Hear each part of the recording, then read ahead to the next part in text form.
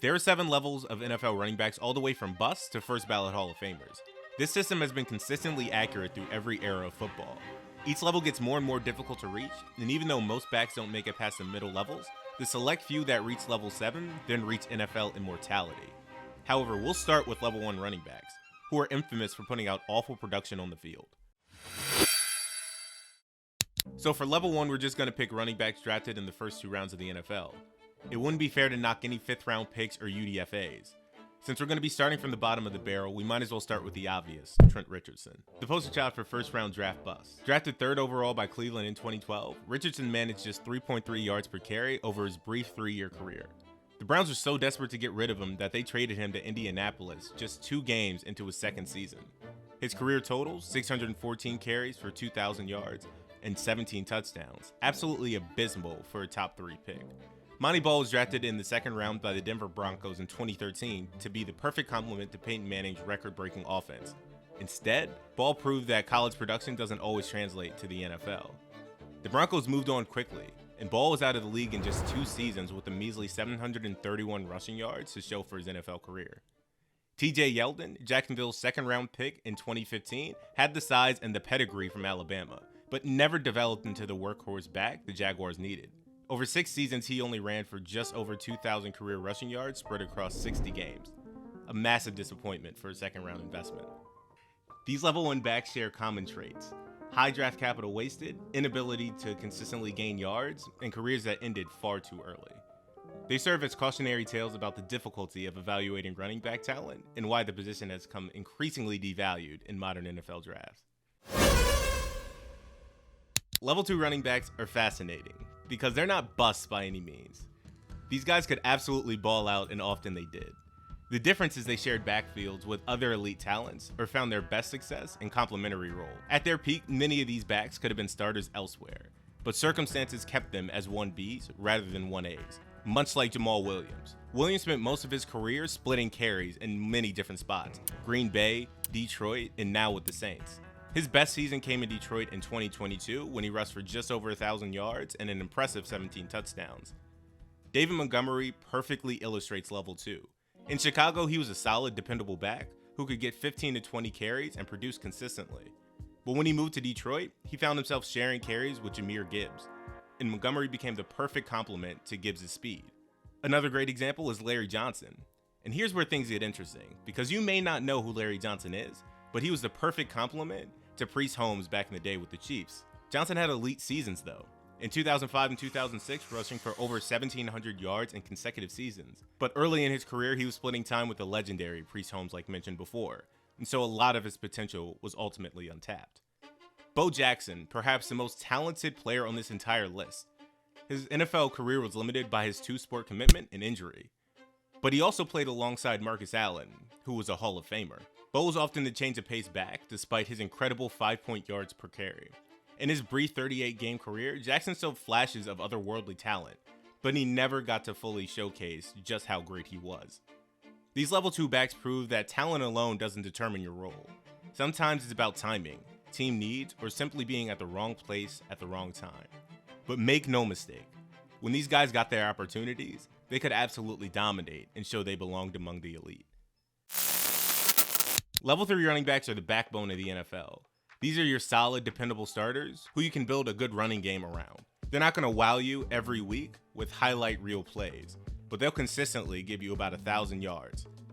James Conner, a perfect example of this. Over his 8-year career, Conner has been a reliable starter who's put up solid numbers wherever he's played. In Pittsburgh and in Arizona, he's made 2 Pro Bowls, rushed for over 59 total 100 yards, and is a reliable 15 to 20 carry per game guy. Thomas Jones of the Jets, way back in the day, epitomizes the level 3. Spanning over a 12-year career, Jones had several seasons over 1,000 yards and was particularly effective with the Jets, where he rushed for over 1,300 yards in back-to-back seasons. James Cook, still early in his career, but Cook is showing all the signs of a level 3 back. In his 3 seasons with Buffalo, he's been a consistent contributor, and in 2024, he finally made his first Pro Bowl, rushing for 16 touchdowns and over 1,000 yards. You also have players like Josh Jacobs and Bucky Irving in here, although I think Josh Jacobs and both Bucky Irving could be moving up really soon. These level 3 backs are incredibly valuable because they provide stability. They're not going to have many 200-yard games, but they'll also not have many games where they get completely shut down. They may not be superstars, but they're ultimately what the team needs to win games. Level 4 is where you truly start getting into the elite running backs. Players who can single-handedly change the complexion of a game and carry an entire offense of their backs, much like Jonathan Taylor.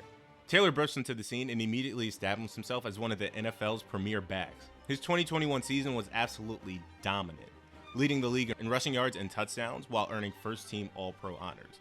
Matt Forte, the definition of a complete back. Forte was elite for nearly a decade. What separated him was his incredible receiving ability. He could line up wide and run routes like a receiver while also handling 20-plus carries a game. Le'Veon Bell, during his Pittsburgh years, Bell was arguably the most dynamic back in football. His patient running style behind the line, waiting for the blocks to develop, was unlike anything we'd seen before. Jamal Charles. Charles was pure electricity with the ball in his hands. His career 5.4 yards per carry average is among the best in NFL history, and when he was healthy, he was capable of breaking a long touchdown on any given play. You have guys right now like Bijan Robinson, Jahmyr Gibbs, and Priest Holmes back in the day that all would be considered elite level running backs. Zeke in his prime, Clinton Portis, and Fred Taylor's all at their peaks as well. These level 4 running backs are players that can be the focal point of any offense. They're not just good, they're elite talents who can take over games and are often the best player on their respective teams, or at least on their offense. Level 5 running backs are those special players who have already cemented their place in NFL history and are virtually locks for the Hall of Fame even if they haven't made it just yet. Marshawn Lynch, beast mode, transcended football and became a cultural phenomenon, including Beastquake against the Saints and then also his 2013 and 2014 runs as well. Lynch's bruising style and clutch performances in the biggest moments made him one of the most beloved players of his era. With the Super Bowl ring and multiple iconic moments, Lynch's Hall of Fame case is built on both production and cultural impact. Steven Jackson. Jackson's career is a testament to individual excellence despite team struggles. Playing for mostly a mediocre Rams team, Jackson still managed to rush over 11,000 yards and was a 3-time Pro Bowler. Saquon Barkley. Barkley is the modern prototype of what an NFL elite running back should be. His 2024 season is stuff of legend. Over 2,000 rushing yards, earning him first-team All-Pro honors and Offensive Player of the Year. Shaun Alexander is an interesting case. He was a top 3 back for a few years, won MVP, and then kind of fell off. And I'm sure you all are asking about where's Christian Maccafrey. He's here on level 5. I can't put him in level 6 because he's not healthy and hasn't had the accolades, even though if he can stay healthy, I do see him in level 6 in the near future. These guys are just missing out on the cusp of greatness, and so they're not locks for the Hall of Fame yet. And that's what we have in level 6. Okay, level 6 is full of players, and don't yell at me if I forget someone. With these players, you cannot write the story of the NFL without them. Some have MVPs, a few have rushed for over 2,000 yards. They're all Hall of Famers, either in it now or will be once eligible. You have Edgerrin James, already inducted in 2020. He was a perfect combination of power and receiving ability. His rookie season in 1999 was spectacular, winning Offensive Rookie of the Year with over 2,100 rushing yards. You have Marshall Faulk, who was inducted in 2011. Faulk revolutionized the running back position with his incredible versatility. His peak years in St. Louis with the greatest show on turf was absolutely insane. He won NFL MVP in 2000 while totaling over 2,100 scrimmage yards and 26 touchdowns. You have Frank Gore, the definition of longevity and consistency. Gore played 16 seasons and finished with exactly 16,000 rushing yards, third all-time when he retired. He made 5 Pro Bowls in that process. Jamal Lewis. Lewis had one of the most dominant single seasons in NFL history when he rushed for over 2,000 yards in 2003. Derrick Henry is probably the only active player that is a lock for Canton. Henry has been the most dominant runner in the modern era. His 2020 season was historic. Another player who rushed for over 2,000 yards and 17 touchdowns, earning him Offensive Player of the Year honors along with that. Players like Emmitt Smith, Marcus Allen, Terrell Davis, Jerome Bettis are all on this list as well. These level 6 backs represent the gold standard of NFL running backs. They didn't just have great careers, they had legendary ones that will be remembered and celebrated for generations. OJ would probably be on level 7, but I'm not going to do that. Level 7 is where we reach the pinnacle of the position. Level 7 is running back mastery. The best of the best is here. If you watch my other videos about 7 levels of QBs or wide receivers, you know I like to keep level 7 really exclusive. but this one is by far the biggest because I just couldn't leave them off. This list, ironically, has 7 players on it as well. Jim Brown, LT, Earl Campbell, Eric Dickerson, Walter Payton, Adrian Peterson, and of course my personal favorite, Barry Sanders. Jim Brown, the gold standard by which all running backs are measured. Brown's dominance was so complete that he retired at age 29 while still at the peak of his powers. In just 9 seasons, he led the league in rushing 8 times, won 3 MVPs, and averaged an incredible 5.2 yards per carry. Barry Sanders, pure magic in cleats. Sanders possessed otherworldly abilities to make defenders miss that has never been replicated.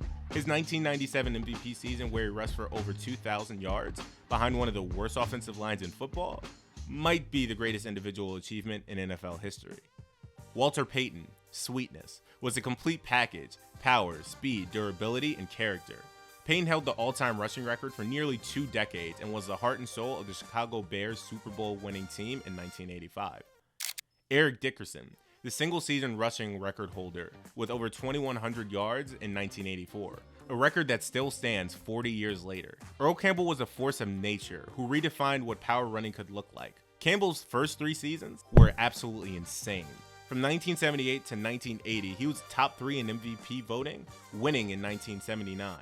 And he led all rushing in all 3 years as well. Then we have Adrian Peterson, all day, representing the modern pinnacle of running back excellence. His 2012 MVP season, where he rushed for over 2,097 yards while coming back from a torn ACL, is one of the greatest individual achievements in sports history.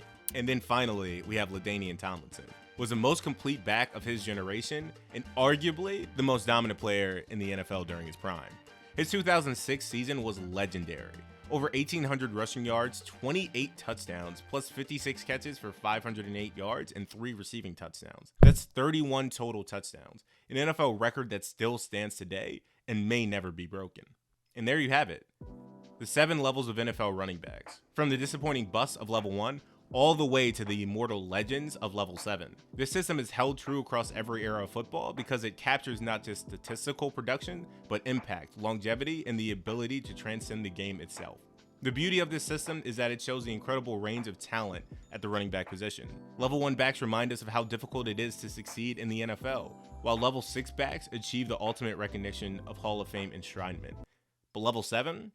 That's reserved for true immortality.